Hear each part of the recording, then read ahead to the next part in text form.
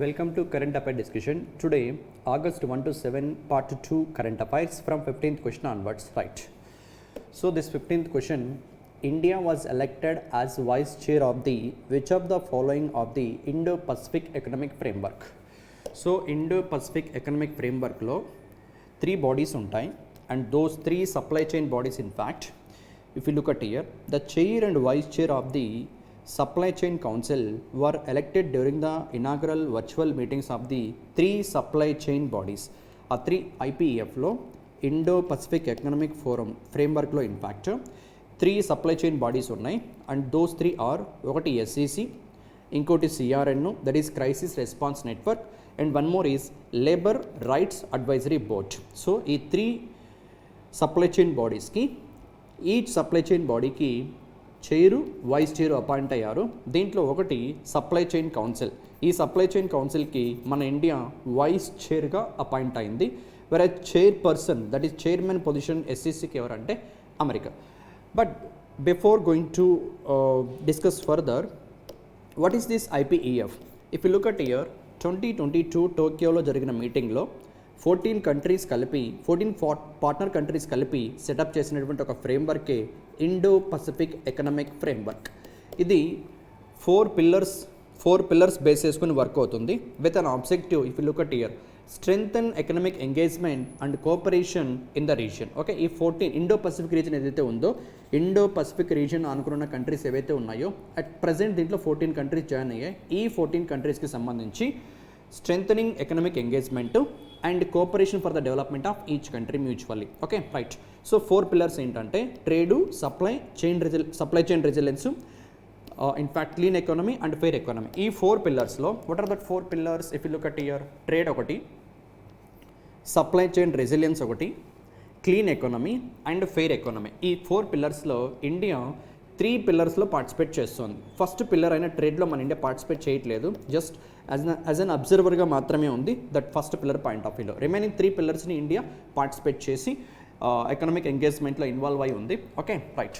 So యాక్చువల్గా ఈ 3 bodies major objective ఏంటంటే, if you look at here, under the supply chain agreement, that is supply chain council ఒకటి, crisis response network ఒకటి, labour rights advisory board ఒకటి, LRAB, right, labour rights advisory board. All these 3 bodies యొక్క purpose objective చూస్తే, first one supply chain council యొక్క purpose ఏంటో చూస్తే, under the supply chain agreement 3 bodies were created. That's for supply chain council. దీని యొక్క major focus ఏంటంటే strengthening critical supply chains for national security, public health and economic wellbeing. Okay, ఈ 14 కంట్రీస్కి సంబంధించినటువంటి public health point of వ్యూలో and national సెక్యూరిటీకి ఏవైతే necessity things ఉంటాయో వాటికి సంబంధించి and at the same time economic wellbeing కోసము వర్క్ చేసే ఒక బాడీయే this supply chain council. Whereas second body, that is crisis response network. Purpose ఏంటంటే for collective emergency responses to disruptions. ఏదైనా ఎమర్జెన్సీ టైమ్స్ వచ్చినప్పుడు, ఇలాంటి లాస్ట్ టైం వచ్చిన pandemics కానీ వార్ లాంటి సిచ్యువేషన్స్ కానీ వచ్చినప్పుడు ఈ 14 కంట్రీస్లో సప్లై చైన్కి ఎటువంటి ప్రాబ్లం కలగకుండా this crisis response network work చేస్తూ ఉంటుంది. And finally labour rights advisory board purpose ఏంటంటే ఈ ఆల్ 14 మెంబర్ కంట్రీస్కి సంబంధించి to enhance labour rights and workforce development. Okay, right. So ఈ 3 బాడీస్లో ఒకటైన సప్లై చైన్ కౌన్సిలే. It means option 3 is the correct answer for this particular question. Indo-Pacific economic ఫ్రేమ్వర్క్లో మొత్తం 3 బాడీస్ ఉన్నాయి. దోస్ 3 బాడీస్ ఇందాక చెప్పినట్టు, ఒకటి సప్లై చైన్ కౌన్సిల్, ఇంకోటి crisis response network and labour rights advisory board. వీటి పర్పస్ ఏంటో ఆల్రెడీ డిస్కస్ చేసాం. అండ్ ఫస్ట్ దానికి, దట్ ఈస్ సప్లై చైన్ కౌన్సిల్కి ఇండియా వైస్ చైర్ పర్సన్ అయితే America. If you look at here, United States of America was elected as the chair of the SCC. మనం vice chairperson, మనకి vice chair and chair ఎవరు అంటే America. Whereas remaining 2 బాడీస్కి కూడా chair, vice chair we can observe year. If you look at year, yeah, during the meetings, the 3 supply chain bodies elected their chairs as well as vice chairs for a 2-year term. The supply chain council will be chaired by the USA and with India as a vice chair. Already about this particular thing we are clear, but remaining things, that is crisis response network ki chairu South Korea, whereas vice chairu Japan, and labor rights advisory board ki chair again America ne, but vice chairu Fiji. Okay, ivi question lo gurtu pettukovalsina points. Let me give a revision for this question. 2022లో 14 member countries కలిపి establish చేసినటువంటి Indo Pacific economic ఫ్రేమ్వర్క్లో 3 bodies ఉన్నాయి. Supply chain council ఒకటి, crisis response network ఒకటి, and the one more is labour rights advisory board ఒకటి. ఇప్పుడు ఈ 3 బాడీస్కి chair, vice chair appoint అయ్యారు. First దానికి చైరు యుఎస్ఏ, వైస్ చైరు మన ఇండియానే. whereas crisis response network ki chair South Korea, vice chair you can see the vice chair of crisis response network, South Korea and Japan. Yeah, Japan is the vice chair for what? For crisis response network. And labor rights advisory board ki chair USA, whereas vice chair Fiji. And this Indo-Pacific economic framework 4 pillars base చేసుకొని work అవుతుంది. మన India 3 పిల్లర్స్లో మాత్రమే participate చేస్తుంది. ట్రేడ్లో అబ్జర్వేటరీగా మాత్రమే ఉంటుంది. Those 3 pillars, మన India participate చేస్తున్న 3 పిల్లర్స్ ఏంటి అంటే supply chain resilience, clean economy, fair economy. Okay, that's all about 15th question. ముందు నెక్స్ట్ క్వశ్చన్ 16th వన్. ఇదేంటంటే వరల్డ్లోనే second largest ropeway network. Urban ఏరియాలో ట్రాఫిక్ ఇంక్రీజ్ అవుతుండడంతో at the same time tourism attraction కోసము మన ఇండియాలో ఒక అర్బన్ ఏరియాలో ఒక సిటీలో లార్జెస్ట్ రోప్వే నెట్వర్క్, ఇండియాలోనే లార్జెస్ట్ బట్ వరల్డ్లో second largest, and that is in Shimla, Himachal Pradesh. ఈ రోప్వే నెట్వర్క్ యొక్క లెంత్ ఎంత అంటే ఆల్మోస్ట్ 13.79 కిలోమీటర్స్. వెరాజ్ వరల్డ్లోనే లార్జెస్ట్ రోప్వే నెట్వర్క్ ఎక్కడుందంటే ఇట్స్ ఇన్ బొలివియాలో ఉంది, అండ్ దాని పేరు La Paz network with a length of almost 30.6 kilometres. Just read the question once again. 16th one. Name the city that has recently introduced India's largest and India's largest, world's second largest ropeway network that is set to begin in next year, that is 2025. A city lo ante Shimla, it's a capital of Himachal Pradesh with a length of 13.79 kilometers. India lo largest, world lo second largest, whereas world lo largest ropeway network ekkada undante Bolivia lo undi, La Paz network. Okay, with a distance of with a length of 30.6 kilometers, whereas India lo ఉన్న దాని length ఎంత అంటే 13.79 kilometers. Okay, that's all about 16th question. Munde next question, question number 17th one. Right, just an appointment for National Housing Bank, NHB. ఈ national housing bank యొక్క purpose ఏంటి, ఎప్పుడు establish అయింది అంటే ఇది ఎస్టాబ్లిష్మెంట్ జరిగింది 9th July 1988 under NHB act 1987. Head quarter new ఢిల్లీలో ఉంటుంది. Okay, right. 2019 వరకు, అంటిల్ దిస్ డేట్ వరకు మన ఇండియాలో ఉన్నటువంటి హౌసింగ్ ఫైనాన్స్ కంపెనీస్ని, హెచ్ఎఫ్సిస్ని regulatory body as well as supervisory బాడీగా ఉండేది దిస్ ఎన్హెచ్బి. బట్ కాన్ఫ్లిక్ట్ వచ్చే ఛాన్సెస్ ఉన్నాయని చెప్పి both regulatory and supervisory at the same time వీటికి ఫినాన్షియల్ సపోర్ట్ కూడా ప్రొవైడ్ చేస్తున్నటువంటి అథారిటీ వర్క్ ఉందని చెప్పి 2019-20లో బడ్జెట్ అనౌన్స్మెంట్లో ఎన్హెచ్బి యాక్ట్కి, దట్ ఈస్ ఒరిజినల్ యాక్ట్ 1987కి అమెండ్మెంట్ చేసి రెగ్యులేటరీ పవర్ని రిమూవ్ చేశారు. Now the regulatory body for హెచ్ఎఫ్సిస్ is RBI, Reserve Bank of India. Okay, but still this NHB is the supervisory body for HFCs. The difference between regulatory body and supervisory body ఏంటంటే rules everything ఎలా particular organisations work అవ్వాలి అని చెప్పి regulatory body define చేస్తుంది. ఆ రూల్స్ని implementation చేసే అథారిటీయే supervisory body. Right now NHB is a supervisory body for ఎన్హెచ్బిస్, whereas regulatory body supervisory body for HFCs, whereas NHB is the supervisory body, RBI is the regulatory body. Okay, now this ఎన్హెచ్పికి కొత్త appointment by replacing Sharada Kumar హోటా, previous managing director for NHB Sharada Kumar హోటా, and new personality Sanjay Shukla. It's just an appointment. NHB, national housing bank, it is the supervisory body for హెచ్ఎఫ్సిస్. At present హెచ్ఎఫ్సిస్ in India are controlled by are regulated by RBI. Next thing, Sharada Kumar హోటాని replace చేస్తూ Sanjay Shukla managing డైరెక్టర్గా appoint అయ్యారు national housing బ్యాంక్కి. And this national housing bank establishment 9th July 1988 as per NHB act 1987, and it's head quarter is at new Delhi. That's all about 17th question. But next question, question number 18th one. Right, yeah, 18th question. Name the airline from which bank of Baroda has recently recovered nearly 301 crore rupees under the emergency credit line guarantee scheme. So if we want to understand this question, first we need to understand what is this scheme. Emergency Credit Line Guarantee Scheme, ECLGS stands Emergency Credit Line Guarantee Scheme.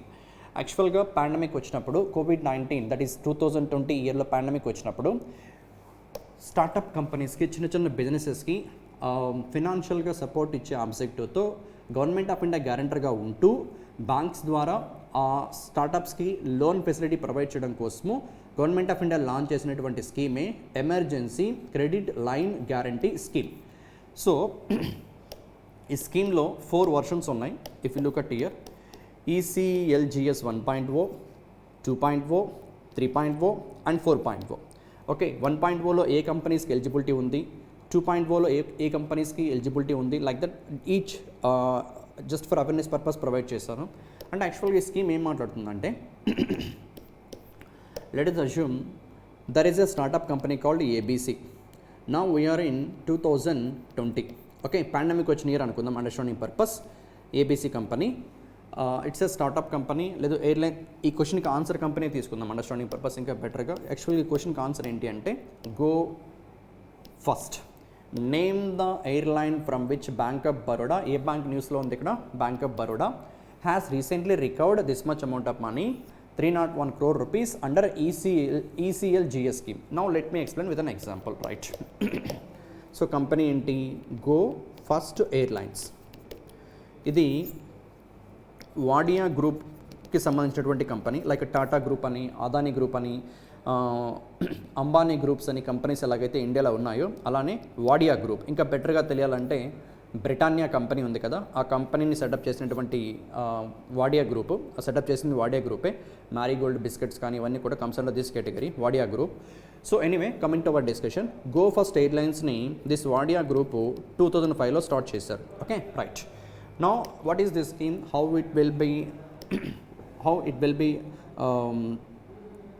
effective for these startup companies, but how it failed this go fast airlines, all these things let me explain, right?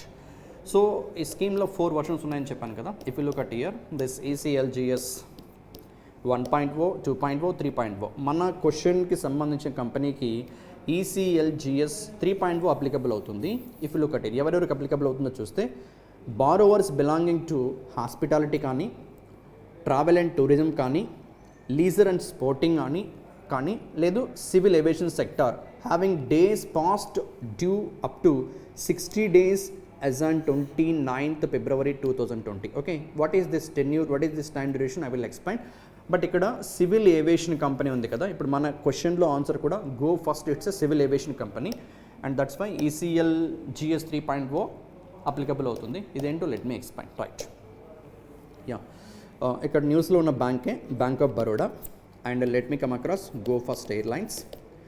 అక్కడ date ఏముంది, 29th, yes right, yeah 29th February 2020. Just for awareness purpose this date, you no need to remember this date. Okay, right.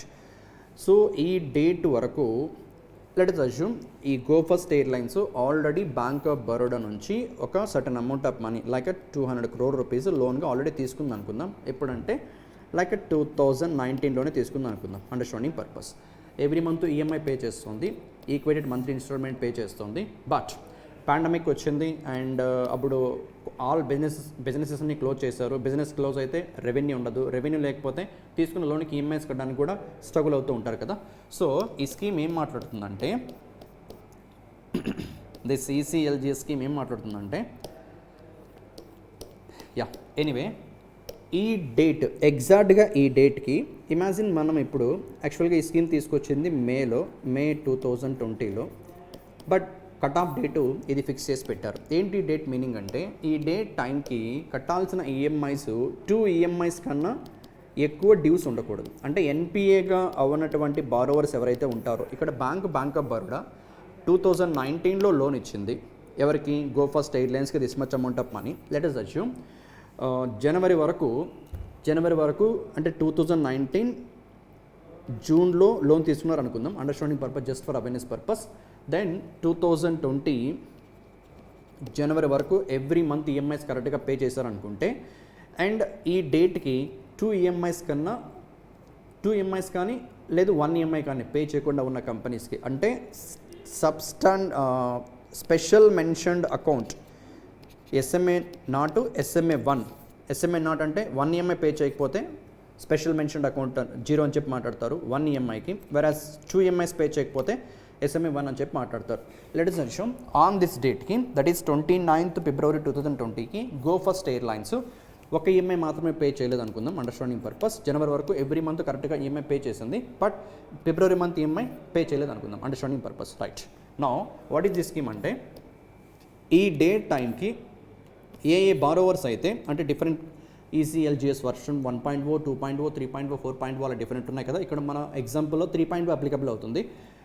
1 EMI మాత్రమే పే చేయలేదు కాబట్టి ఈ ECLGS స్కీమ్కి eligibility ఉంటుంది ఈ కంపెనీకి, గో ఫస్ట్ ఎయిర్లైన్స్కి. సో ఇప్పుడు ఏంటి అంటే గవర్నమెంట్ ఏం చెప్తుందంటే ఏ బారోవర్స్ అయితే NPA కాకుండా SMA నాట్ SMA 1 స్టేజ్లో ఉన్నారో ఆ బారోవర్స్కి ఆల్రెడీ మీరు లోన్స్ ఇచ్చి ఉంటారు, already bank of Baroda loan వచ్చింది, అడిషనల్గా ఇంకా certain amount of money loans provide చేయండి. బికాస్ ఇప్పుడు పాండమిక్ కదా, సో కంపెనీస్ ప్రెజెంట్ సర్వైవ్ అయితే ఫ్యూచర్లో మేబీ వాళ్ళ బిజినెస్ని మళ్ళీ నార్మల్గా పర్ఫామ్ చేయడానికి పాసిబిలిటీ ఉంటుంది. వాళ్ళ వర్కింగ్ క్యాపిటల్ కోసము అడిషనల్గా ఎక్స్ట్రా లోన్ ప్రొవైడ్ చేయండి. ఈ example let us assume that loan amount is like 300 crores అనుకుందాం, understanding purpose 300 crore rupees. So this 300 crore rupeesకి గవర్నమెంట్ ఆఫ్ ఇండియా గ్యారంటీగా ఉంటుంది under this scheme. That's what abbreviation emergency credit line guarantee scheme. అంటే in ఫ్యూచర్లో ఒకవేళ go First airlines కన్నా దివాలా తీస్తే, ఎస్ ఇప్పుడు దివాలా తీసింది 2024లో ఉన్నాం మనము, దీన్ని ఆల్రెడీ క్లోజ్ చేశారు, బ్యాంక్రప్ట్ అయింది 2023లోనే బ్యాంక్రప్ట్ అయింది. సో ఏం చెప్తుందంటే ఈ స్కీము, అప్పుడు లోన్స్ ఎవరైనా తీసుకొని ఆ కంపెనీస్ కనుక బ్యాంక్రప్ట్ అయ్యి సిచ్యువేషన్ ఉంటే, ఇన్ఫ్యాక్ట్ బ్యాంక్రప్ట్ అయిపోయి ఉంటే, దివాలా తీసిన కంపెనీస్ ఉంటే, వాటికి ఇచ్చిన లోన్ ఏదైతే ఉందో, ఇక్కడ ఈ ఎగ్జాంపుల్లో 300 crores, ఓకే, అర్లియర్ 200 crores ఇచ్చారు, ఈ లోన్కి సంబంధం లేదు. బట్ తర్వాత ఈ 300 crore rupees అమౌంట్కి గవర్నమెంట్ ఆఫ్ ఇండియా గ్యారంటీగా ఉంటూ ఈ కంపెనీ కన్నా దివాలా తీస్తే ఈ ఎంటైర్ 300 crore rupees అమౌంట్కి గవర్నమెంట్ ఆఫ్ ఇండియా గ్యారంటీగా ఉంటుంది. అంటే బ్యాంక్ ఆఫ్ బరోడాకి government of India this much amount of money pay చేస్తుంది. ఓకే, అదే ఇక్కడ క్వశ్చన్ 18th క్వశ్చన్ ఏంటంటే 2020లో bank of Baroda Go First ఎయిర్లైన్స్కి లోన్ ఇచ్చింది గవర్నమెంట్ ఆఫ్ ఇండియా గ్యారంటీగా ఉంటూ. ఇప్పుడు ఆ కంపెనీ దివాలా తీసింది కాబట్టి ఆ ఎంటైర్ అమౌంట్ని బ్యాంక్ ఆఫ్ బరోడా రికవరీ చేసుకోగలిగింది under the scheme called emergency credit line guarantee scheme. What amount అంటే 301 crore rupees. బ్యాంక్ ఆఫ్ బరోడానే కాకుండా ఇంకా ఈ గో ఫస్ట్ ఎయిర్లైన్స్కి ఇచ్చిన 2 other బ్యాంక్స్ ఏంటంటే, లోన్స్ ఇచ్చిన 2 other బ్యాంక్స్ ఏంటంటే, ఒకటి central bank of India, one more is IDBI bank. Okay, ఇవి కూడా సేమ్ ప్రొసీజర్ని ఫాలో అయ్యే ప్రాసెస్లో ఉన్నాయి. That's all about this particular question. Simply ఈ క్వశ్చన్లో the points that I want to convey to you people, what is that scheme? ECLGS, emergency credit line guarantee scheme. Pandemic టైంలో ఆ particular date కన్నా ముందు ఏ companies అయితే 2 EMIs కట్టకుండా out standing అలానే ఉన్నాయో ఆ కంపెనీస్కి ఆ స్కీమ్కి ఎలిజిబిలిటీ ఉంటుంది. వాళ్ళ వర్కింగ్ క్యాపిటల్ కోసము గవర్నమెంట్ ఆఫ్ ఇండియా గ్యారంటర్గా ఉంటూ బ్యాంక్స్ ద్వారా, అదర్ ఫైనాన్షియల్ ఇన్స్టిట్యూషన్స్ ద్వారా లోన్స్ ప్రొవైడ్ చేయమని చెప్పి లాంచ్ చేసిన స్కీమే emergency credit line guarantee scheme. And అప్పుడు లోన్స్ తీసుకొని ఇప్పుడు ఒకవేళ కంపెనీ కన్నా దివాలా తీసి ఉంటే ఆ కంపెనీస్ పే చేయాల్సిన లోన్ అమౌంట్ని గవర్నమెంట్ ఆఫ్ ఇండియా రీపే చేస్తుంది, because government of India guarantor కాబట్టి. దట్స్ వాట్ అలా బ్యాంక్ ఆఫ్ బరోడా ఆ రోజు ఇచ్చిన లోన్ అమౌంట్ని 301 crore rupeesని రికవరీ చేసుకోగలిగింది under that ECLGS, that is emergency credit line guarantee scheme. Okay, and remaining 2 banks, one is Central Bank of India, one more is IDBI Bank. That's all about 18th question. And the next question 19th one. ఈ question ఏంటంటే price monitoring system mobile application launch చేయడం జరిగింది. Which Ministry of consumer Affairs and Food and public Distribution. Union Minister Prahlad Venkatesh Joshi, that is Prahlad Joshi. Which Ministry of consumer Affairs and Food and public Distribution launched the version 4.0, that is price monitoring system mobile application in New Delhi from this August 1st onwards, the Department of Consumer Affairs, and this expanded its PMS to include 16 additional commodities. With this, earlier 22, now 16, 38 commodities కి సంబంధించిన price monitoring system, price monitor చేయడం కోసం ఒక mobile application launch చేశారు. ఎన్ని commodities అంటే 38. And with this CPA వెయిటేజ్లో ఈ కమోడిటీస్ పర్సంటేజ్ ప్రీవియస్ 26.5% ఉంటే నో 31% అయింది. And the one more thing, 2014-15 financial ఇయర్లో, దట్ ఈస్ FY15లో government of India price stabilisation fund launch చేసింది, PSF, price stabilisation fund. And this FY25 బడ్జెట్లో ఈ ఫండ్కి అలొకేట్ చేసిన amount 10,000 crore rupees. What is this question? And let me explain briefly, right. FY 15లో price stabilisation ఫండ్ని launch చేసింది government of India FY 15లో with a corpus of 500 crores on that day. ఈ number ఏం గుర్తుపెట్టుకోవాల్సిన పని, no need to bother. Okay right. Now ఈ fund ఏంటంటే ఏవైతే ఇక్కడ కమాడిటీస్ ఉన్నాయో ఇప్పుడు 16 యాడ్ చేశారు ఈ ప్రైస్ మానిటరింగ్ సిస్టంలోకి. ఒక మొబైల్ లాంచ్ చేశారు వర్షన్ 4.0 అని చెప్పి, 4.0 మొబైల్ అప్లికేషను. దీంట్లో అర్లియర్ 22 కమాడిటీస్ ఉన్నాయి, నౌ 16 కమాడిటీస్ యాడ్ అయ్యి ఓవరాల్గా 38 కమాడిటీస్ ఉన్నాయి. ఈ 38 కమాడిటీస్ సిపిఐలో ఎంత వెయిటేజ్ ఉన్నాయంటే ఇప్పుడు ఆల్మోస్ట్ 31% వెయిటేజ్ ఉన్నాయి. Okay right. Now what is this fund, ఎలా హెల్ప్ఫుల్గా ఉంటుంది అంటే ఫార్మర్ ప్రొడ్యూసర్ ఆర్గనైజేషన్స్ దగ్గర నుండి, మండీస్ నుంచి డైరెక్ట్గా, అంటే ఫార్మర్స్ నుంచి డైరెక్ట్గా గవర్నమెంట్ ఆఫ్ ఇండియాకి సంబంధించినటువంటి ఏజెన్సీసే ఫార్మర్స్ ప్రొడ్యూస్ చేసినటువంటి క్రాప్ అవుట్పుట్ని ప్రొక్యూర్ చేస్తారు. అండ్ ప్రొక్యూర్ చేసి స్టోర్ చేసి ఫ్యూచర్లో ఎప్పుడైతే ఒకవేళ కన్జ్యూమర్ పర్చేజ్ చేస్తున్నటువంటి కమోడిటీస్ యొక్క ప్రైసెస్ అబ్నార్మల్గా పెరిగిపోతున్నప్పుడు ఈ ఆల్రెడీ ప్రొక్యూర్ చేసి స్టోర్ చేసినటువంటి కమోడిటీస్ ఏవైతే ఉంటాయో వాటిని గవర్నమెంట్ ఆఫ్ ఇండియా సప్లై చేసి, సో దట్ రైతులు నష్టపోకుండా at the same time consumers higher price పెట్టి కొనకుండా ఉండడం కోసము దిస్ పిఎస్ఎఫ్ వర్క్ అవుతూ ఉంటుంది. ప్రైస్ స్టెబిలైజేషన్ ఫండ్, దీనికోసం గవర్నమెంట్ ఆఫ్ ఇండియా అలొకేట్ చేసిన అమౌంట్ దిస్ ఇయర్ బడ్జెట్లో 10,000 crore rupees. దీన్ని ఎప్పుడు లాంచ్ చేశారంటే 2015లో లాంచ్ చేశారు, FY 15 ఇయర్లో.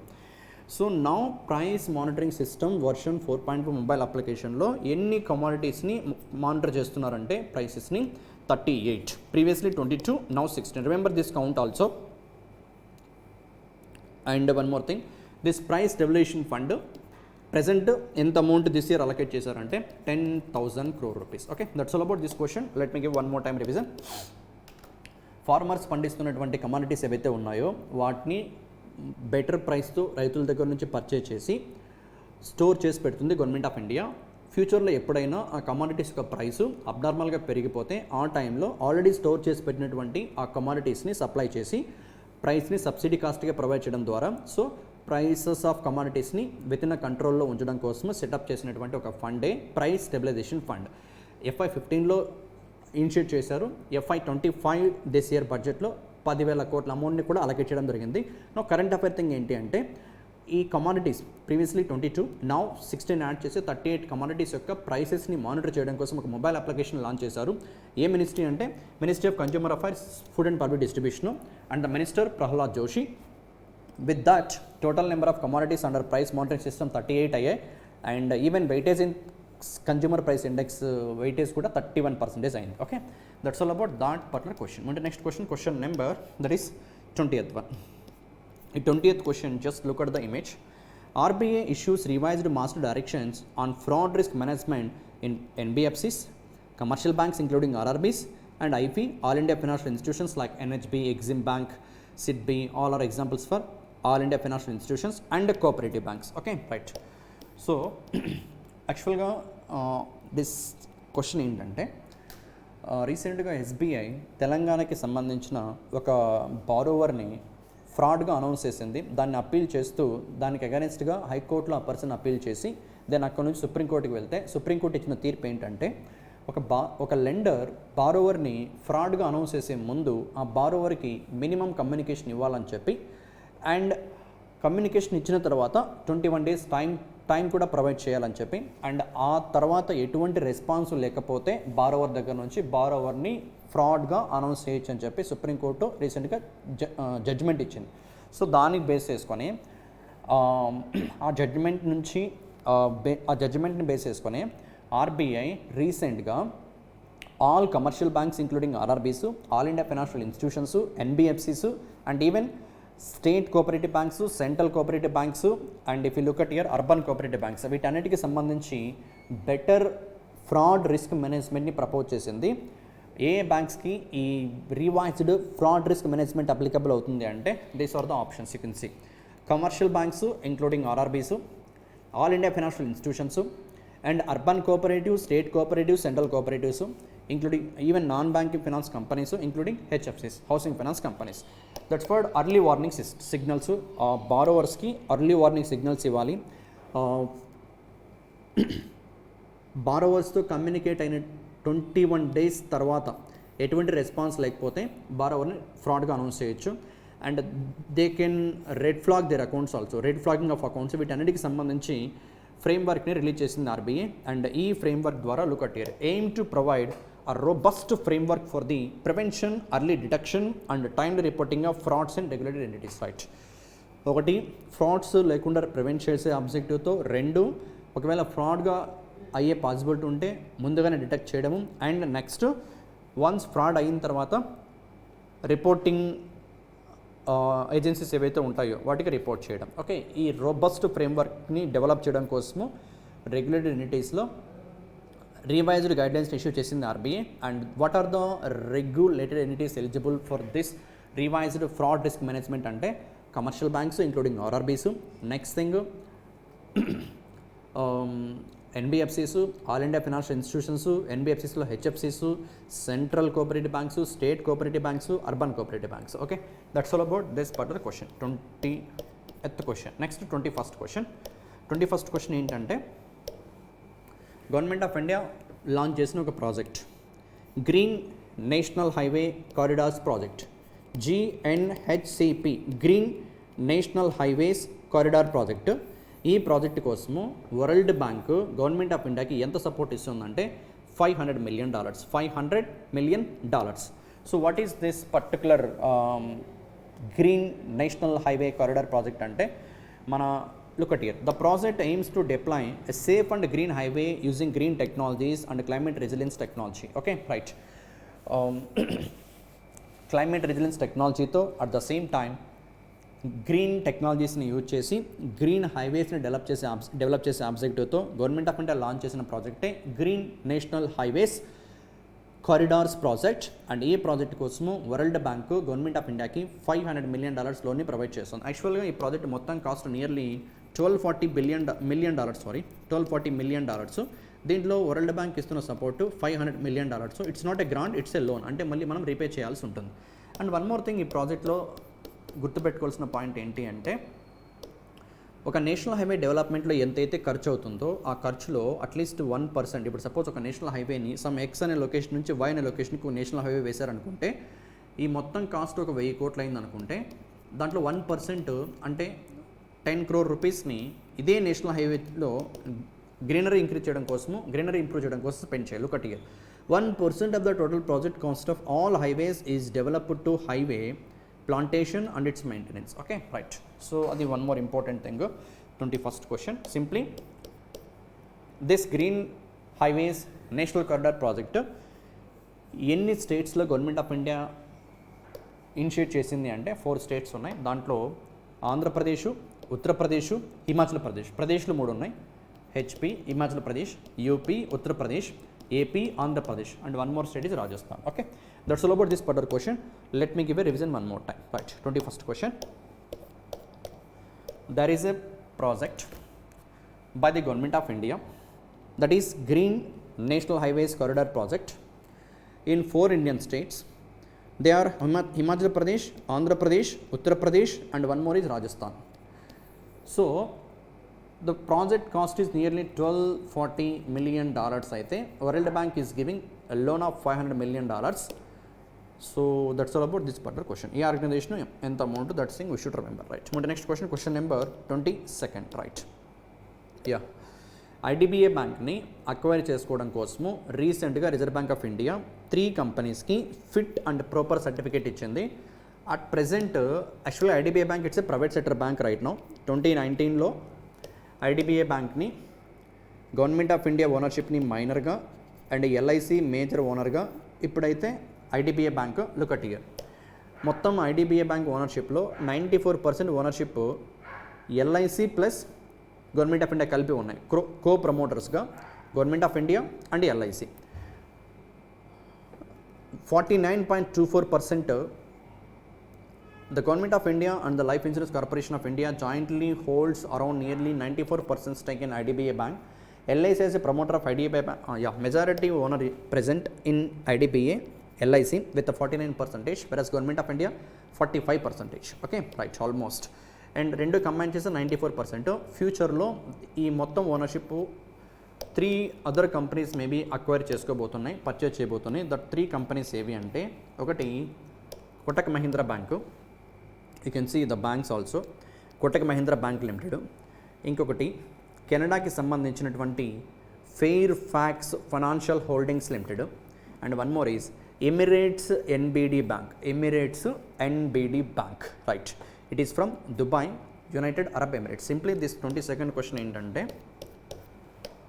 అట్ ప్రజెంట్ ఐడిబిఐ బ్యాంక్లో గవర్నమెంట్ ఆఫ్ ఇండియాకి అండ్ ఎల్ఐసికి ఆల్మోస్ట్ 94% ఓనర్షిప్ ఉంది. దీంట్లో ఎల్ఐసి 49% ప్లస్ ఉంది, గవర్నమెంట్ ఆఫ్ ఇండియా 45% ఉంది.